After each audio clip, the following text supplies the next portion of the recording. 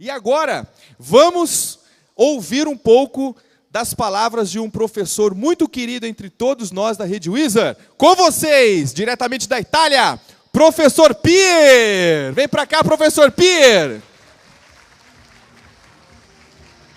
Aula dada é aula estudada hoje.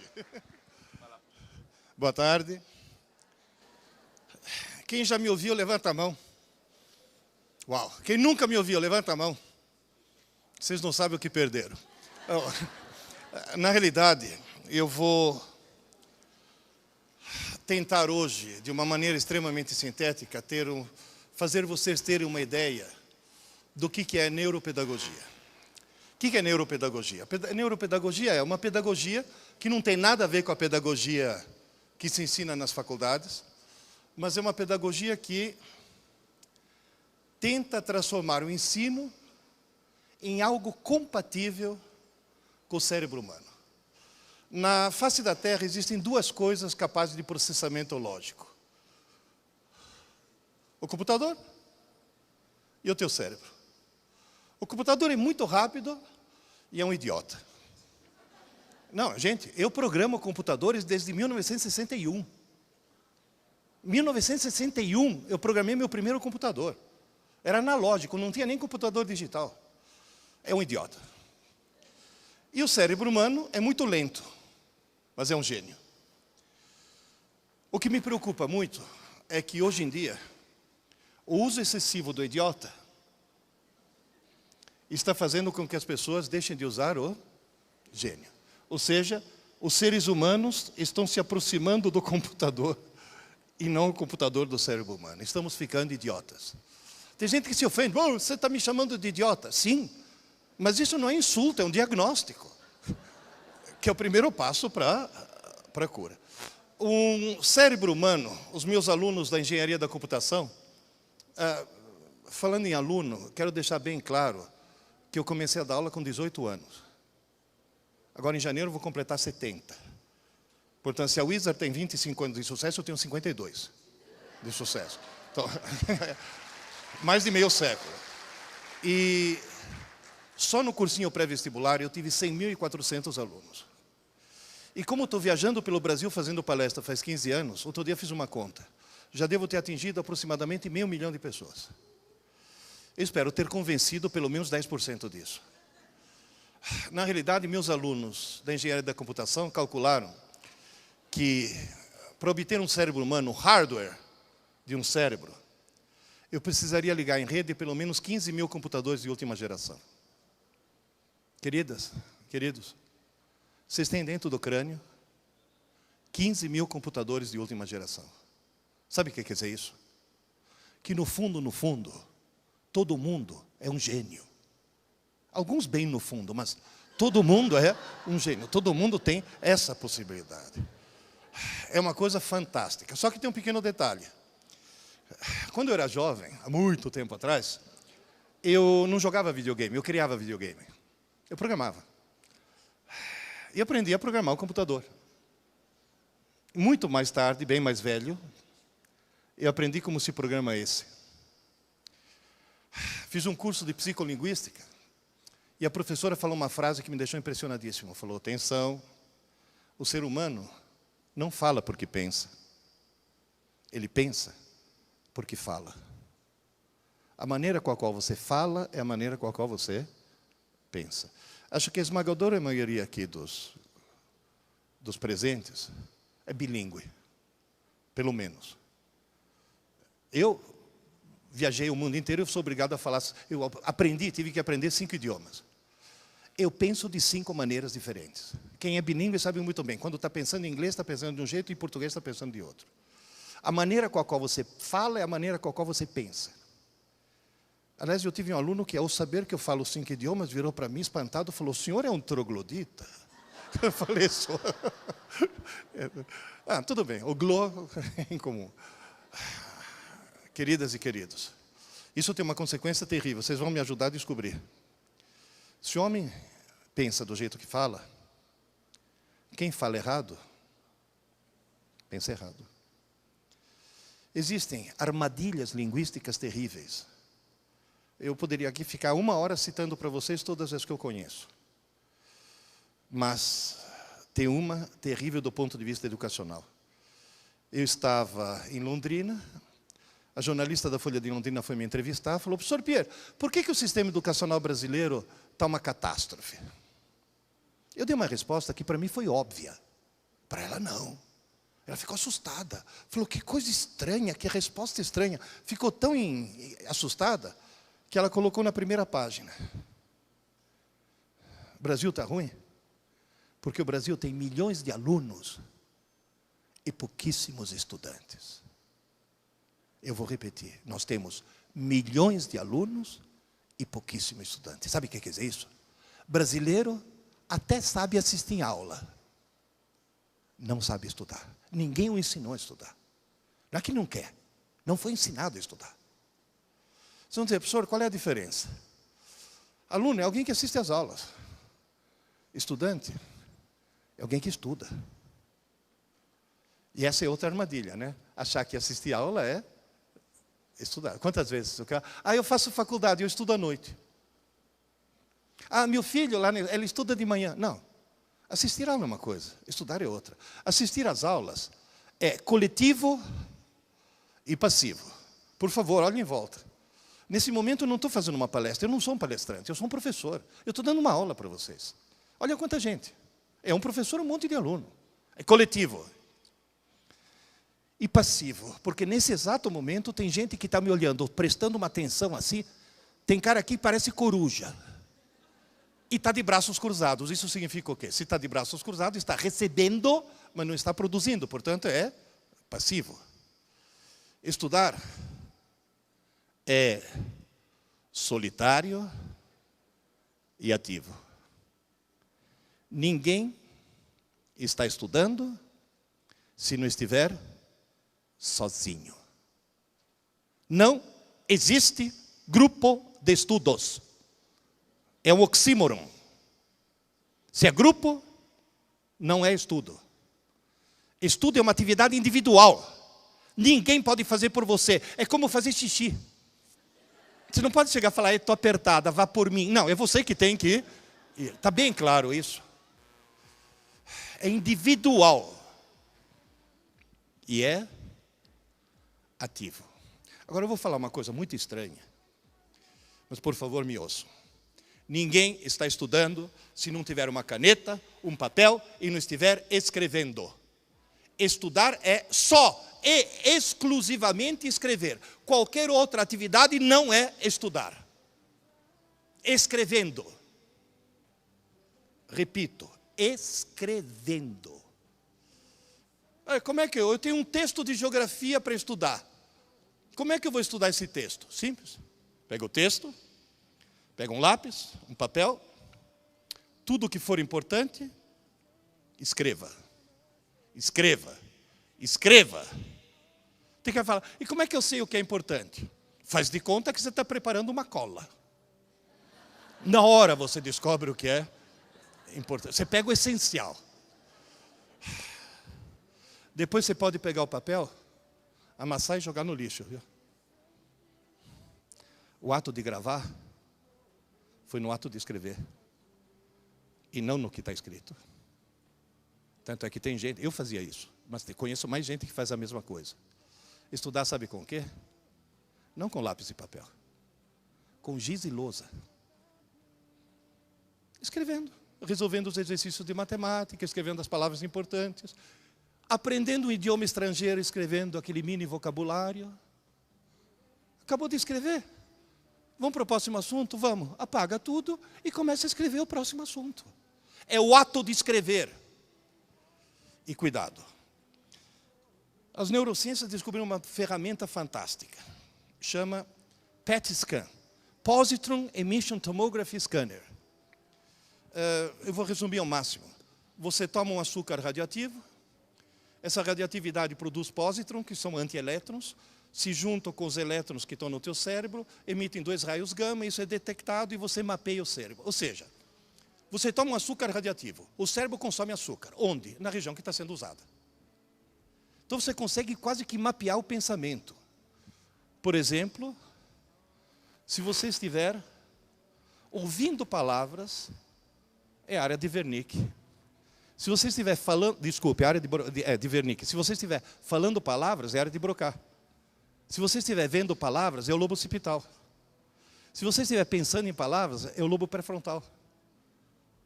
Vocês percebem, gente? Cada região. Por exemplo, tem gente que me pergunta: professor, posso estudar ouvindo música? Eu falo, sim, desde que seja música. Tem que ser música. Não, deixa eu explicar. Não estou fazendo julgamento sobre a música. A música não pode ter alguém cantando no idioma que você conheça. É só a música. Quando você está estudando, você usa o lado esquerdo, processando palavras e números. Quando você está ouvindo só música, melodia, você usa o lado direito. Portanto, uma coisa não influi na outra. Mas se tiver alguém cantando no idioma que você conheça, o que acontece? A letra da música invade o lado esquerdo. Aí atrapalha. Portanto, quem gosta de rock com vocalista e quer usar estudando, tem ótimas bandas de rock húngaro. Tá certo. Nem um húngaro entende que outro húngaro. Acho que antes de combina em inglês, depois tentam fazendo de conta que estou falando, hein? Em húngaro. É terrível. Queridas e queridos, esses estudos mostraram o quê? Se você escrever à mão, você acende muito mais regiões do cérebro do que se você digitar. Moral da história: quanto mais regiões você acender, mais chance você tem de gravar. Portanto, se você escrever, vai para o teu HD. Se você digitar, vai para o HD do micro. E na hora de fazer um exame, um concurso, qualquer coisa, o computador que você leva é esse. Está bem claro isso? Eu disse escrever. E agora atenção para as fêmeas presentes. Eu disse escrever e não fazer riscos coloridos. Aquela maldita caneta. Porque o cara tem a sensação de que está estudando. Não está estudando, está fazendo riscos coloridos. É escrever. Tem um amigo meu que chegou para mim e falou: ô Pierre, me ajuda aí. Eu estou me preparando para um concurso público, estou estudando 14 horas por dia e não rende. Eu fui na casa dele, falei: você não está estudando 14 horas por dia. Do jeito que eu vi, você está lendo 14 horas por dia. Você está jogando 14 horas por dia no lixo. Não, mas eu escrevo. Eu falei: como?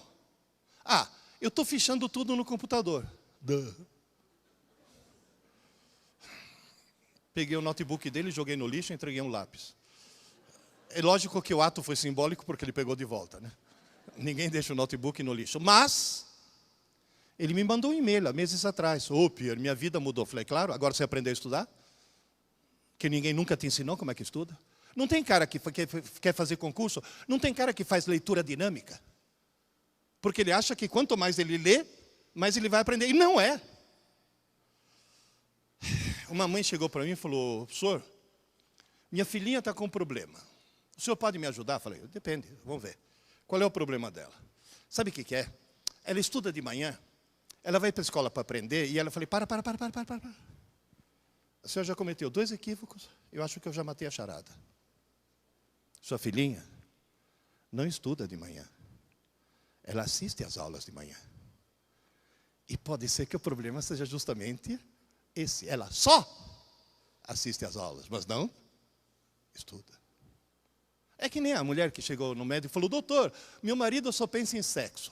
Eu falei: e a senhora se queixa? É claro, ele só pensa. Então, na realidade, se só estuda, mas depois, se só assiste às aulas, mas depois não estuda, é claro que não vai aprender. Falei: segundo erro. Agora me ouçam, hein? Vocês estão ouvindo um velho professor muito experiente.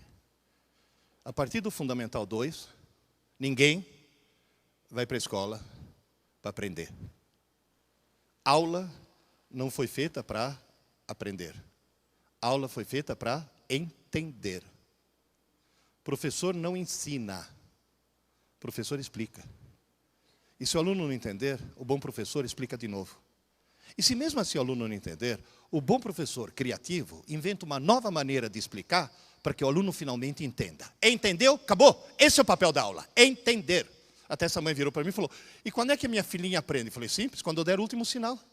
ela deixar de ser aluna, se ela for para casa, em casa, ela deixar de ser aluna e virar estudante, esse é o momento no qual aprende. O senhor quer dizer que não tem nenhum aluno não tem nenhum professor que ensina? Eu falei, tem, um só. O próprio aluno, quando deixa de ser aluno e vira estudante. E aí ele vira o professor que ensina, a si mesmo. Está bem claro isso. Até essa mãe virou para mim e falou, vocês não podiam fazer uma apostila para as mães? Como eu sou um cara exagerado, fiz esses 3 livros. O azul é para os alunos, o vermelho eu falei que era para os pais, mentira, é para as mães. A parte mais terrível da escola são as mães. E mãe que estuda pedagogia, então é uma desgraça, porque é um negócio assim terrível. Eu sempre falo que mãe na escola parece anão em campo de nudismo. Mete o nariz onde não deve, é uma coisa assim impressionante, o que elas dão de palpite errado. E o terceiro é para professores. Só por curiosidade, alguém aqui já leu o azul? Deixa eu ver. Aliás, eu trouxe alguns depois para autografar, se alguém quiser. O livro azul, eu fiz uma coisa estranhíssima. Eu coloquei várias questões ao longo do livro, coloquei uma provinha no final e não dei a resposta de nada. Mas eu coloquei no fim. É um truque que eu aprendi com alguém chamado Carlos. Marketing. O que eu fiz? Eu falei, me manda um e-mail com a tua opinião sobre o livro. Que eu te mando um link onde tem as respostas automaticamente. Já recebi milhares de e-mails. Só desse daqui, já foram 70 mil. 70 mil.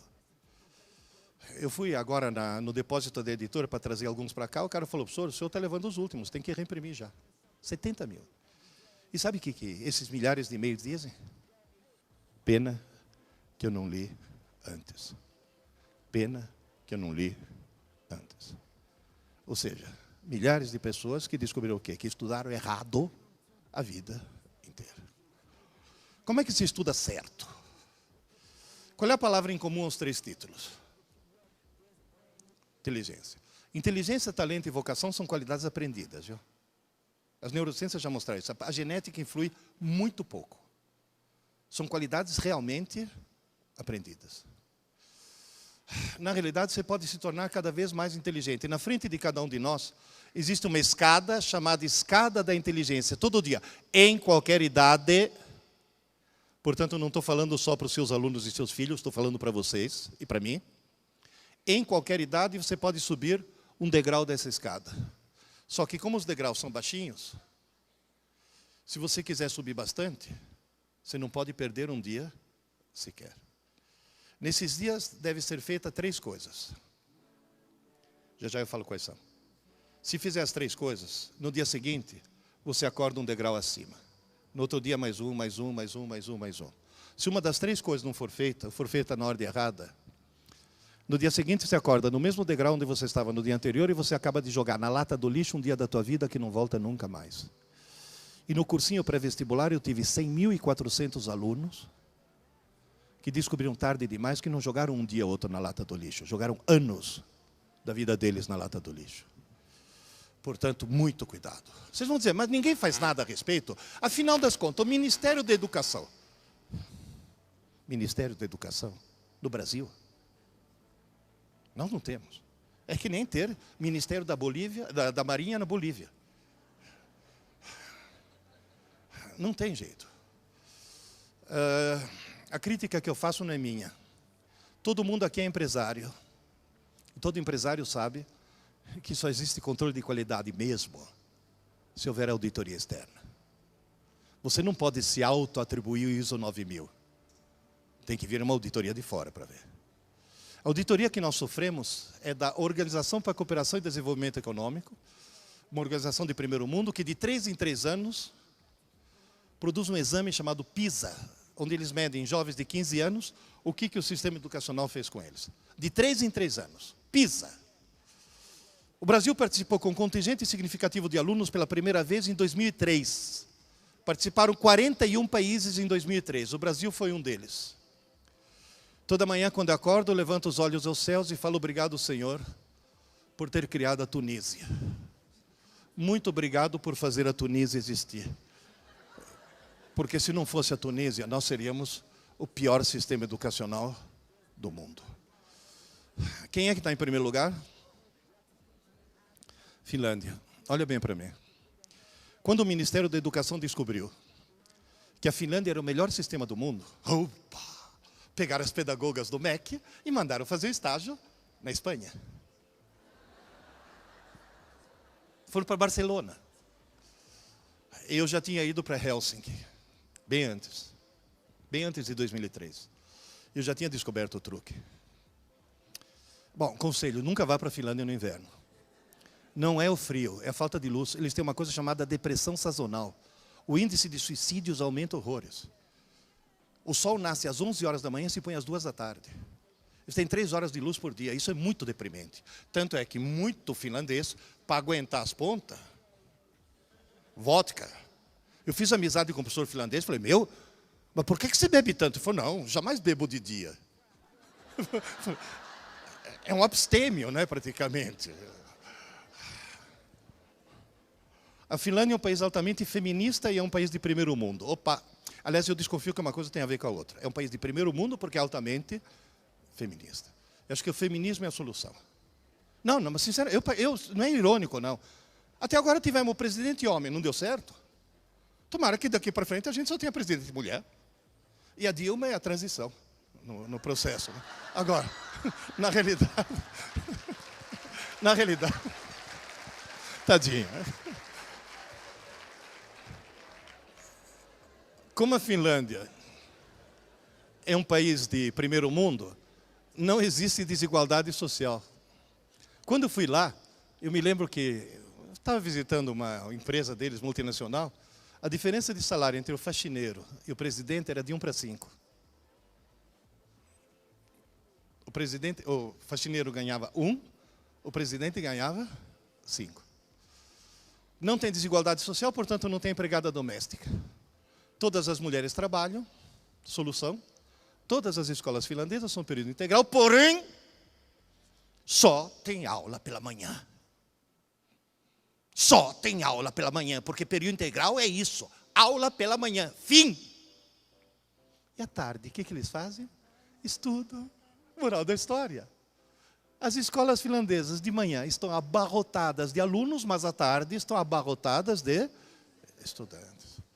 Professor Pierre, esse exame é de 3 em 3 anos. Em 2006, melhorou? Melhorou. Em 2006 ficamos acima da Tunísia, que é nosso freguês, acima do Azerbaijão e do Cazaquistão. Em 2009, participaram 65 países.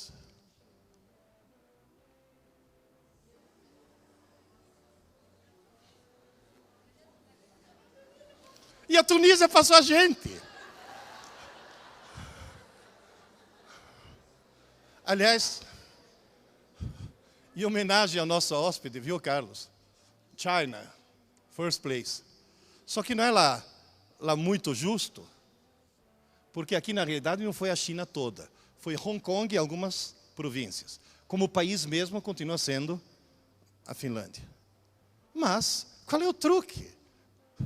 É simples. Olha, gente, tirando a Tunísia e o Quirguistão, que eu coloquei aqui só para mostrar que é o último colocado, todas essas bandeiras que vocês veem aqui são de países onde eu já fui, já visitei a escola e já assisti a aula. Eu já visitei a escola nesses países, não só nesses, tem mais. Só que coloquei só aqueles onde eu já fui e que fizeram o PISA em 2009. Eu divido as escolas em 2 categorias. Prontos? As escolas que se preocupam em dar boas aulas, onde os professores são reciclados frequentemente para que eles melhorem cada vez mais as aulas. As escolas onde, se eu quero que o aluno aprenda mais, eu dou mais aulas, aumento a carga horária. As escolas onde, se o aluno não está aprendendo, eu dou aula de reforço. As escolas onde eu tento usar a tecnologia na sala de aula para que ela se torne cada vez mais atraente. Todas essas escolas estão no fundo do poço. United States, inclusive. Porque um 30º lugar, para alguém que tem o dinheiro que tem os Estados Unidos, é uma vergonha. Mas por quê? Porque eles cometem o mesmo equívoco que nós cometemos. Aula, aula, aula. E esses caras aqui? Estudo, estudo, estudo. O estudo pós-aula é mais importante que a própria aula. O homework que vocês têm não é uma coisa eventual. É uma coisa fundamental. A lição de casa não é um complemento da aula. A aula é um preparo para a lição de casa. É assim que a coisa funciona. Vocês vão dizer, professor Pierre, para ir de Brasil à Finlândia, quantos anos? 3 dias. O Brasil está no fundo do poço porque os alunos brasileiros cometem 3 equívocos. Elimina os 3 equívocos, se eliminou o problema. Equívoco número 1, os alunos não sabem mais se comportar. Portanto, nas suas franquias, por favor, lema número 1, disciplina. Deixar claro para os pais que a disciplina é fundamental. Antigamente, se o aluno aprontasse, o pai em casa dava uma bronca. Hoje ele vem e dá bronca no professor. Tá certo? Maldito estatuto da criança e do adolescente. Não, eu não estou advogando em causa própria, não. Gente, eu tenho 69 anos. O estatuto do idoso é soberano. Não, estou falando sério. Ele prevalece sobre a criança e do adolescente. Meu advogado falou, você pode bater nos alunos, que não vai acontecer nada. Que é um sonho que eu acalentei durante toda a minha carreira. Um dos motivos qual que é? Excesso de televisores. Deixa eu explicar, é um fenômeno estranhíssimo. O televisor está ligado em tudo que é canto. Vocês já repararam isso? Você vai na padaria, tem um televisor ligado. Você vai na casa das pessoas, tem um televisor ligado. Está ligado o tempo todo.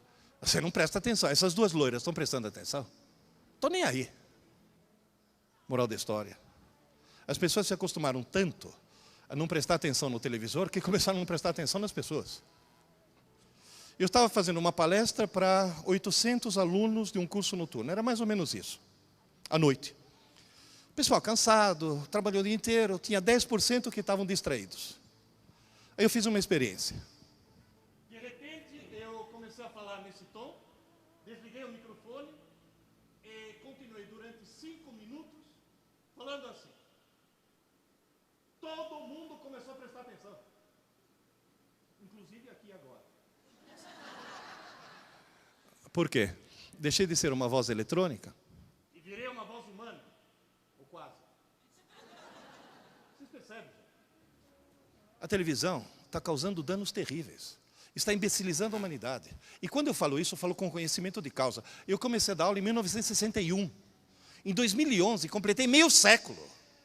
O nível dos meus alunos fez isso. Estou falando sério. Cada ano que passa, fui recebendo alunos intelectualmente cada vez menos dotados. E nesse meio século, a audiência da TV fez isso. A TV está imbecilizando a humanidade. Aliás, já imbecilizou. Se não imbecilizasse, não existiria o BBB. Assistir o BBB já é um sintoma preocupante. Agora, ligar para o paredão, aí o diagnóstico já está feito. Aí não precisa falar mais nada, né? E 70 milhões de brasileiros ligam para o paredão. Agora, vocês vão dizer, Sr. Pierre, e ultimamente continua caindo? Não. Agora despencou. Por quê? Eu vou falar só 3 coisas, tá bom? 3. E atenção, quem está falando é alguém que programou seu primeiro computador digital em 1967. Eu já escrevi 16 livros de computação. Eu fiz 15 anos de rádio, tirando dúvidas de informática. Vou falar só 3 coisas. Há 7 anos atrás, o Dr. Glenn Wilson, médico psiquiatra do King's College de Londres, fez uma pesquisa e descobriu que o uso compulsivo da internet produz uma redução no quociente de inteligência, que é o dobro do que se o jovem fumasse continuamente maconha. Aliás, falei isso num colegial, um aluno virou e falou, professor, ainda bem que o senhor avisou, vou vender o computador e comprar maconha. Eu falei, não, desgraçado. Não falei que uma coisa é boa, outra é ruim. Atenção. Quando o Dr. Glenn Wilson publicou isso, ele foi criticado. Imagina que absurdo comparar a internet com droga. Pois é, uma universidade americana fez uma experiência com a concordância dos alunos, tirou de todos os alunos por 3 dias internet, quer dizer, celular e computador. desconectou por 3 dias. Teve cara que vomitou, teve cara que ficou com febre, teve cara que teve convulsões. Tiveram a mesma síndrome de abstinência do que se fossem dependentes químicos.